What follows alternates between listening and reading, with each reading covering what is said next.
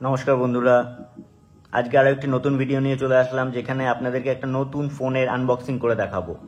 তো এই হচ্ছে আমার কাছে বক্সটা দেখে আপনারা বুঝতেই পেরে গেছেন এটা কোন ফোন। এটা পোকোর F7 5G phone, Poco F7। এটা আমি পারচেস করেছি, যদিও বক্সটা অলরেডি আনবক্স হয়ে গেছে, কারণ ওপেন বক্স ডেলিভারির জন্য আগেই আনবক্স করা হয়ে গেছে। তবুও আপনাদেরকে ভাবলাম একবার ছোট্ট করে আনবক্সিংটা দেখিয়ে দিই, ফোনটা কিরকম দেখতে বা ফোনের ভিতরে কি কি স্পেসিফিকেশন রয়েছে এবং ফার্স্ট টাইম বুট করলে কিরকম এক্সপিরিয়েন্স হয় সেটা আপনাদের সাথে শেয়ার করার জন্য এই ভিডিওটা করছি।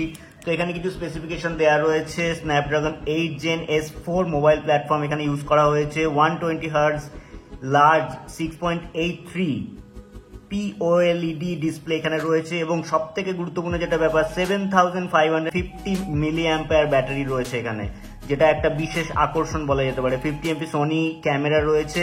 তো ক্যামেরাটা এখানে মেন গুরুত্বপূর্ণ বিষয় না, কারণ ক্যামেরার এখানে কোয়ালিটি খুব একটা হয়তো হাইফাই হবে না। তো প্রথমে ওপেন করলে এখানে পোকোর ব্র্যান্ডিং, সেই বিখ্যাত পোকোর ব্র্যান্ডিং এখানে দেখতে পাওয়া যায়। তার সাথে সাথে এটার মধ্যে রয়েছে ফোনটা, এই হচ্ছে ফোন পোকো। তো আমি এই এডিশনটা, লিমিটেড এডিশনটা পারচেস করেছি, যেটা কিন্তু দেখতে দারুণ লাগছে। 50 MP OIS ক্যামেরা এবং পোকো ব্র্যান্ডিং এখানে রয়েছে। এখানে সিলভার যে এডিশনটা রয়েছে সেই এডিশনটা আমি পারচেস করেছি। আর বক্সে কি কি আছে একবার দেখে নিন।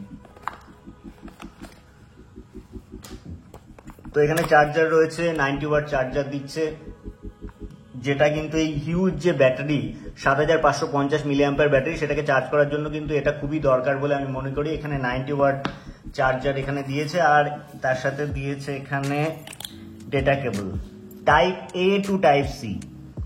Type C to type C দেয়নি, এখানে type A to type C data cable দিয়েছে। ডেটা কেবলের কোয়ালিটি ভালোই। আর এই বক্সটাতে কি রয়েছে একবার দেখে নিই। এই বক্সটাতে এখানে রয়েছে সিম ইজেক্টর পিন, এবং এখানে রয়েছে একটা লিফলেট পোকোর তরফ থেকে, আর এখানে একটা কেস রয়েছে। তো কেসটার কোয়ালিটি একবার আপনাদেরকে দেখিয়ে দিচ্ছি। এই হচ্ছে সেই কেস, খুবই পাতলা কিন্তু কেসটা, ফ্লেক্সিবল টাইপের রাবার কেস। তো দেখতে টেক্সচার ভালোই লাগছে এবং এর সাথে খুব ভালোই ম্যাচ হবে, যেহেতু এখানে বক্সের মধ্যে দিয়ে দিচ্ছে। আজকাল সমস্ত কোম্পানি দেয় না, তো পোকো এখানে দিচ্ছে, এটা বেশ ভালো বিষয়, কারণ অন্যান্য কোম্পানির ক্ষেত্রে আপনাকে বাইরে থেকে কিনে নিতে হয়। তো চার্জার এবং কেস, এর সাথে রয়েছে ডেটা কেবল, তার সাথে রয়েছে এই ফোনটা। এটা সিলভার এডিশন, লিমিটেড এডিশন পোকোর। তো এই ফোনটার এখানে বাইরে ওভারভিউটা আপনাকে দেখিয়ে দিচ্ছি। নিচে রয়েছে সিম ইজেক্টর ট্রে, তার সাথে টাইপ সি পোর্ট, এখানে রয়েছে স্পিকার গ্রিল, ডান দিকে পাওয়ার অন অফ বাটন এবং ভলিউম আপ এবং ডাউন বাটন রয়েছে। উপরের দিকে কিছু নেই। মাইক্রোফোন রয়েছে, বাঁদিকে কিছু নেই। সামনের দিকে সেলফি ক্যামেরা, পিছনে যে ক্যামেরা সেটআপটা এরকম দেখতে করেছে এখানে।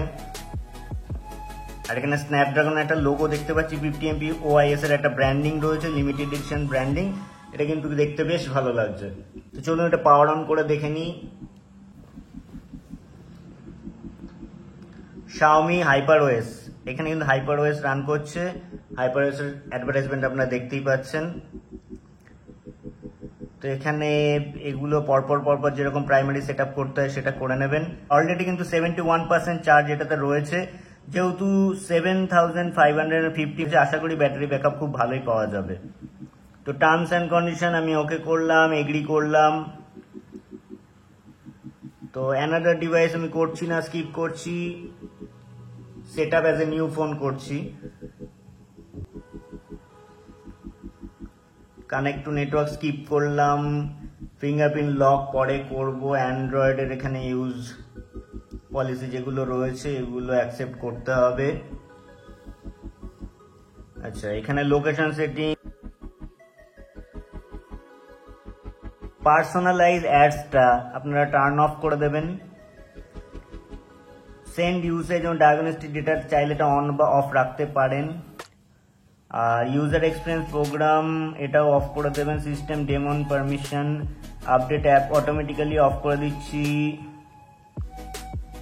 Xiaomi ইন্টারকানেক্টিভিটি এটা অন থাক, লোকেশনটা অন রয়েছে।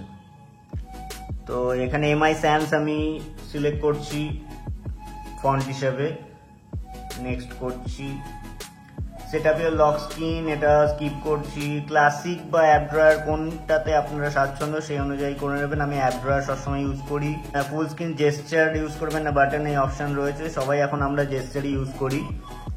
তো প্রিপেয়ারিং সিস্টেম, সেটআপ কমপ্লিট। খুব তাড়াতাড়ি কিন্তু সেটআপটা কমপ্লিট হয়ে গেল, যদিও আমি সমস্ত কিছু পরে করব বলে এখন প্রাইমারি আপনাদেরকে দেখানোর জন্য সেটআপটা করলাম। তো ফার্স্ট বুটে এরকম হোম স্ক্রিনটা দেখতে লাগবে, এখানে অ্যাপ ড্রয়ার সোয়াইপ আপ করলে এরকম দেখতে পারবেন। স্ক্রিনটা খুবই ভালো কোয়ালিটির এবং একটা লার্জ ডিসপ্লে কিন্তু আমি এখানে দেখতে পাচ্ছি। নোটিফিকেশনটা এরকমই দেখতে লাগে। MI ফোনে বা যে কোনো পোকো ফোন আপনার ইউজ করলে এটা এই একই এক্সপিরিয়েন্স পাবেন। তো এখনো পর্যন্ত খুবই ফ্লুইড এবং অ্যানিমেশনগুলো খুব ভালো দেখতে লাগছে। তো সেটিংসে চলে গিয়ে অ্যাবাউট ফোনে আপনাদেরকে দেখিয়ে দিচ্ছি এই মুহূর্তে Xiaomi HyperOS 2.0.100। এটা হচ্ছে ফোনটার নাম এবং অ্যান্ড্রয়েডের কোন ভার্সনে কাজ করছে। অ্যান্ড্রয়েড 15-এর ওপরে কিন্তু এটা চলছে। আপডেট এখানে মে মাসের রয়েছে, এটা পরে হয়তো আপডেট হয়ে যাবে ডেফিনেটলি, এটা যখন ইন্টারনেট কানেক্ট করব। তো এখানে 12GB ভার্সনটা কিন্তু আমি পারচেস করেছি। এখানে সিপিইউর স্পিড আপনারা দেখতে পাচ্ছেন, octa-core max 3.21 GHz, Snapdragon 8 Gen S4। OS version এখানে দেখতে পাচ্ছেন অ্যান্ড্রয়েড ভার্সন 15-এর উপর কিন্তু এটা চলছে। 512GBর মধ্যে 495.8GB কিন্তু অ্যাভেলেবেল।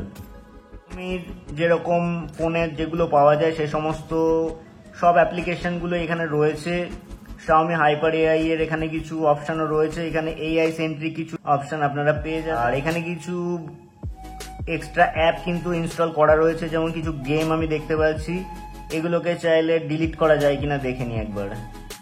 তো আপনি খুব সহজেই কিন্তু আনইনস্টল করে নিতে পারবেন। এবারে পারফরমেন্স কিরকম পাওয়া যায় সেটা আগামী দিনে ইউজ করে একটা ভিডিও করব, সেই ভিডিওতে আপনাদেরকে জানাবো। কিন্তু এখনো পর্যন্ত খুবই ফ্লুইড পারফরমেন্স, কারণ এটা যেহেতু 12GB এবং 512GB ভার্সনটা আমি নিয়েছি।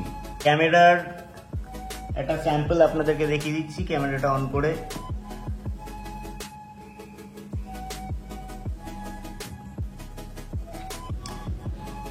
এই হলো পোকো F7 এর 12GB 512GB ভার্সন, যেটা আমি পারচেস করেছি। এবারে ইউজ করলে এবং এর পারফরমেন্স কিরকম পাচ্ছি ওভারঅল সেটা আপনাদেরকে জানাতে পারবো। তো এখনো পর্যন্ত সবে আনবক্স করলে আপনাদের ফার্স্ট বুটটা দেখালাম।